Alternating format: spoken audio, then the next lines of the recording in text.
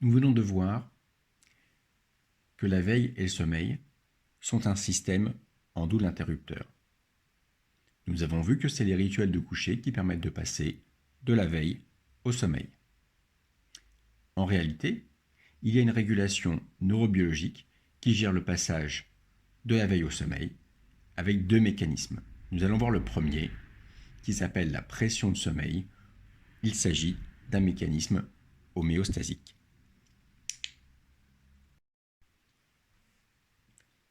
Alors, pour comprendre ce mécanisme, nous avons ici sommeil, jour,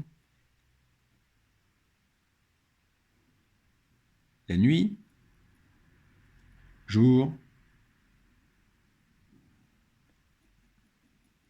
nuit, jour, nuit. Au cours de la journée, nous avons des activités, et plus nous avons d'activités, plus nous allons fatiguer. Et donc on peut imaginer une courbe de fatigue qui va se cumuler tout au long de la journée jusqu'au soir. Et c'est cette courbe de fatigue qu'on va appeler pression de sommeil. Cette fatigue, elle va être éliminée au cours de la nuit, rapidement en première partie de nuit et plus lentement en seconde partie de nuit pour revenir à zéro au matin. Que cette pression de sommeil soit importante ou qu'elle le soit moins parce que nous avons moins d'activité dans la journée, cela ne va pas changer le mécanisme de récupération et nous allons récupérer également sur une nuit, rapidement en début de nuit, plus lentement en fin de partie de nuit, pour revenir à zéro. Ceci induit plusieurs choses. Premièrement, quelque chose près, la durée de sommeil est fixe.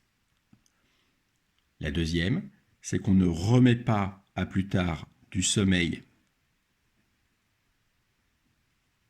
puisque le sommeil se gère par période de 24 heures, ce qui induit que le sommeil perdu est du sommeil perdu.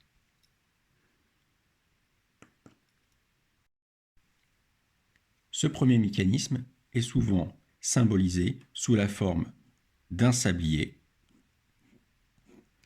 où le matin, vous allez avoir le plein d'énergie et au fur et à mesure de la journée, on va accumuler ici une pression de sommeil ou une fatigue. Et le soir, on inverse, on récupère au cours de la nuit pour être frais et dispo le matin. Cela induit une chose importante, c'est que le sommeil que nous avons ici sert à récupérer de la fatigue de la veille, mais pas spécialement à nous préparer de la journée du lendemain.